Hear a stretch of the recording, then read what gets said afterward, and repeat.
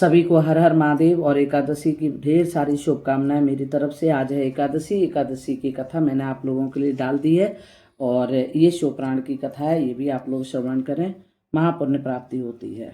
बोलो शंकर भगवान की जय। जो ब्राह्मण वेद शास्त्र का अध्ययन करके दूसरों को इनका ज्ञान बताता है वह महान फल का भागी बनता है। जो व्यक्ति पुराणों को पढ़कर दूसरों को नरकों की कथाएं सुनाकर सावधान करते हैं वे लोग पुराणों के ज्ञाता होते हैं। वो लोग प्राणों के ज्ञाता होते हैं। गिरने से बचाने वाला पुत्र कहलाता है। धर्म का उपदेश देने वाला तथा पुराण वेदता गुरु विष्णु महेश और ब्रह्मा का ही रूप होता है। वह अपने ज्ञान द्वारा मनुष्यों का उद्धार करता है। श्रेष्ठ पुराण बेनता व्यक्ति को धन अन्न भूमि स्वर्ण गौ रथ वाहन घोड़ा हाथी वस्त्र और आभूषण प्रदान करने से मन वांछित सुख प्राप्त होता है और अश्वमेघ यज्ञ का फल प्राप्त होता है। अनाज उत्पन्न करने वाला उत्तम खेत दान करने से 10 पहली और 10 पिछली पीढ़ियां तर जाती हैं। जो व्यक्ति शिवालय और विष्णु मंदिर में पौराणिक कथाएं करवाते हैं वे राजसूय यज्ञ और अश्वमेघ यज्ञादि पुण्य प्राप्त कर सूर्यलोक में पहुंच जाते हैं। देवताओं के सामने पौराणिक कथा करने से 1000 गुना पुण्य मिलता है। मोक्ष की प्राप्ति करने की इच्छा रखने वाले को शिव पुराण की कथा श्रद्धा पूर्वक सुननी चाहिए। यदि लगातार कथा को सुनना संभव नहीं है तो प्रतिदिन 2 घड़ी उठकर ही कथा सुननी चाहिए। यदि यह भी संभव ना हो तो महीने में 1 बार कथा अवश्य सुननी चाहिए। ज्ञान प्राप्ति के लिए लगातार योग शास्त्रों का अध्ययन करना चाहिए। पुराणों का अध्ययन करने या उन्हें सुनने से पापों का नाश होता है तथा धर्म की वृद्धि होती है। अतः किसी न किसी पुराण को श्रद्धा पूर्वक सुनना और पढ़ना भी पुण्य कहलाता है। बोलो शंकर पार्वती मैया की जय। सामान्य दान का वर्णन कैसा होता है सुनिए आप लोग। स्वर्ण भूमि गौ आदि का दान लेने व देने वालों को ही कल्याणकारी हैं। गौदान भूमि दान विद्या दान तथा तुला दान महान कल्याणकारक है। याचकों को श्रद्धा के साथ गाय अन्न भोजन वस्त्र छाता जूते आदि का दान अवश्य देना चाहिए। ब्राह्मणों को और दीन व्यक्तियों को उदारता से दान देने से परम कल्याण होता है।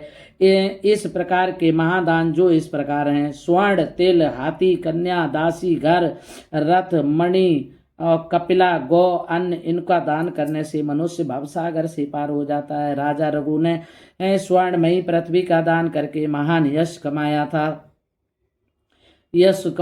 स्वर्ण से मढ़कर तथा खुरों को चांदी से मढ़वा कर दान करने से लोक परलोक का सुधार कर मुक्ति को प्राप्त कर लेता है। इसकी गिनती सर्वोत्तम दानों में की जाती है। घर की सबसे प्रिय चीज का दान सबसे उत्तम है। तराजू में अपने भार के बराबर स्वर्ण धन अन्न को तोल कर ध्वज को दान देने से जाने अनजाने में किए गए सभी पाप नष्ट हो जाते हैं। इस दान का नाम तुलादान है। तुलादान करने से व्यक्ति को इंद्र की पदवी मिलती है तथा स्वर्ण में दिव्य भोगों को भोगता है। बोलो शंकर भगवान की जय। पार्वती मैया की जय।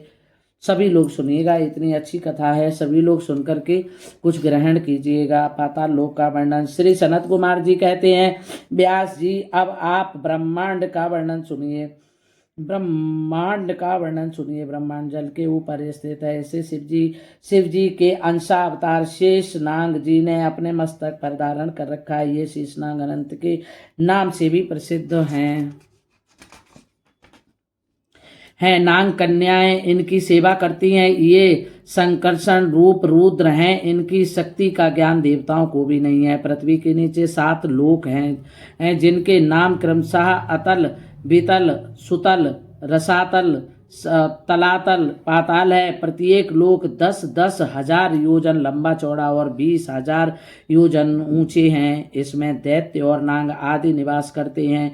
इन लोकों में मणियों का प्रकाश रहता है। इनमें अनेक निर्मल जल के सरोवर हैं। इन सरोवरों में नाना प्रकार के कमल खिले रहते हैं। जलाशय तथा नदियों में भौरे गूंजते रहते हैं। देव कन्याएं और नाग कन्याएं उबटन स्नान और वेणुवादन वीणा की झंकार आदि से लगातार विलास में व्यक्त रहती हैं। इन लोगों को सिद्ध नाग दानव मनुष्य तप के द्वारा ही भोगे जाते हैं। बोलो शंकर भगवान की जय, विष्णु भगवान की जय।